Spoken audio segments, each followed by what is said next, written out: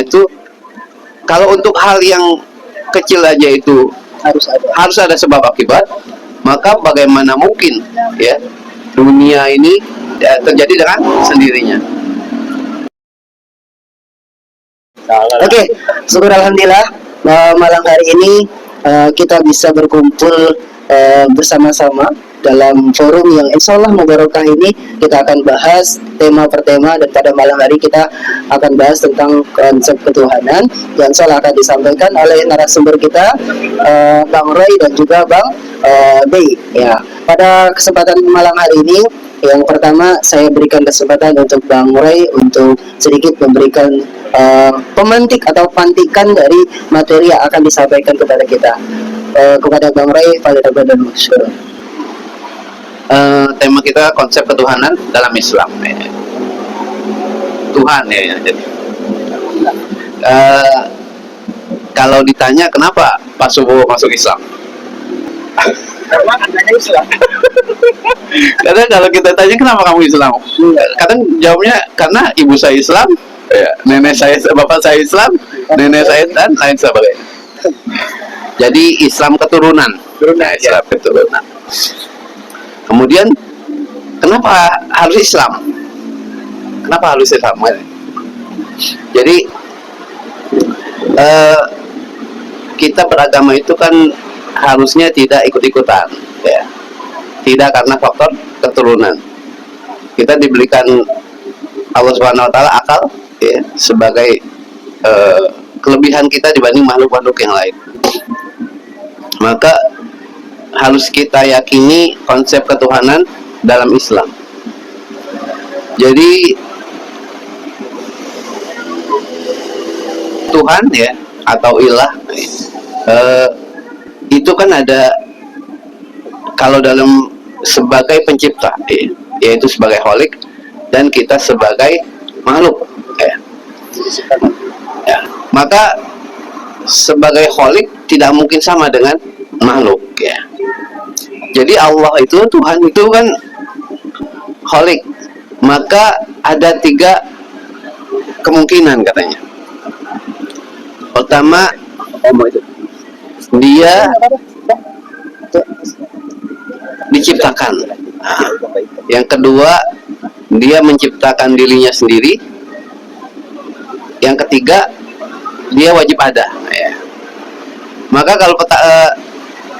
kalau yang pertama, ya, dia diciptakan, maka tidak mungkin kholik itu diciptakan.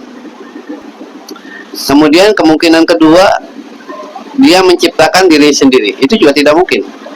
Dalam saat bersamaan dia sebagai kholik dan juga sekaligus sebagai makhluk. Maka yang benar adalah kemungkinan terakhir, yaitu wajibul wujud, ya. Jadi kholik itu wajib adanya. Jadi ada beberapa bukti, ya, bagaimana keberadaan Tuhan itu. Yang pertama adalah bukti fitrah, ya. Bukti fitrah. Jadi sebagai manusia itu kan kita diciptakan ghoriza dan kebutuhan jasmani, ya. Di antara ghoriza itu ada ghoriza tadayun, ya. Ghoriza mensucikan sesuatu. Maka secara fitrah, ya, manusia itu pasti, ya, butuh sesuatu yang lebih dari dirinya. Ini menjadi bukti pertama bahwa Tuhan itu ada, yaitu naluri manusia sebagai fitrah manusia.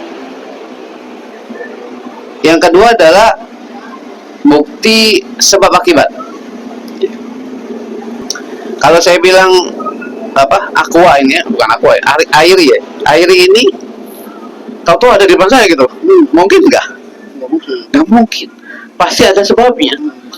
Mas Oji beli di warung, ya. Kemudian dibawa ke sini, ditaruh ke sini. Sebelumnya ada orang yang ngambil air, ya. Kemudian disterilisasi, kemudian dipacking, ya. Nah, itu kalau untuk hal yang kecil aja itu harus ada sebab akibat, maka bagaimana mungkin, ya, dunia ini tidak terjadi dengan sendirinya. Maka itu Imam Abu Hanifah suatu ketika ditanya tentang apakah Tuhan itu ada, ya, sama seorang ateis, ya. Kemudian janjianlah imam tersebut, ya udah kita janjian di masjid ini jam segini. Nah, kemudian datang tuh ateis, datang duluan, nunggu imam itu. Imam itu sengaja terlambat. Kemudian pas datang, kenapa kamu terlambat? Saya itu dari rumah saya mesti nyebrang sungai. Ketika saya menunggu di sungai, ternyata tiba-tiba muncul perahu. Perahu itu kemudian jalan dengan sendirinya, terbentuk dengan sendirinya, jalan sendirinya. Kemudian saya mengantarkan saya ke tepi sungai, sampailah saya di. Kemudian kata ateis itu, nggak mungkin lah, mustahil. Tiba-tiba ada perahu, kemudian perahu itu jalan sendiri mengantarkan engkau ke sini. Nah itu, kalau untuk hal sepele aja pasti ada yang menciptakan. Bagaimana mungkin dunia seisinya, manusia dan sebagainya terjadi dengan sendirinya? Itu adalah dalil kedua. Dalil ketiga adalah dalil indra, ya. Jadi kalau kita indra itu, segala sesuatu itu kan kayak misalnya Pak Subo kesini naik motor, ya kan, ya? Jalan kaki. Oh, jalan. Motor itu nggak mungkin bisa jalan kalau nggak dimasukin kuncinya. Ada juga nggak pakai kunci, ya, sambung kabelnya. Tapi ya.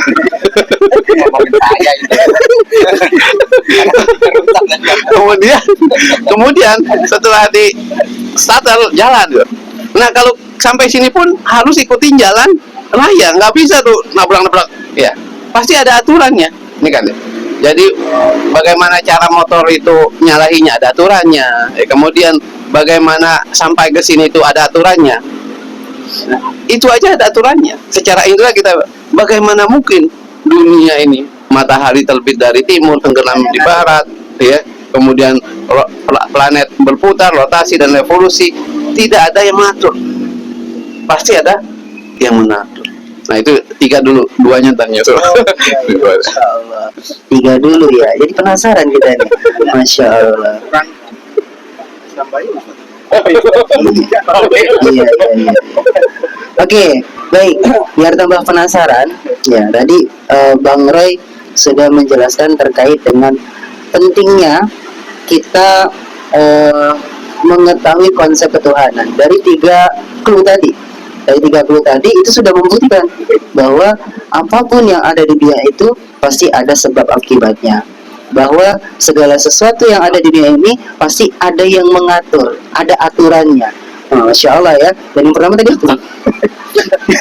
Yang pertama sih, oh iya, pasti ada fitrahnya, sesuai dengan fitrahnya. Masya Allah. Nah, dari 3 ini akan pastinya tentunya akan timbul pertanyaan besar buat kita. Nah, sebelum kita memberikan kesempatan untuk masuk pada pertanyaan, maka kita coba perdalam lagi melalui penjelasan narasumber kedua kita, Masya Allah, yang insya Allah juga jos juga nih, ya.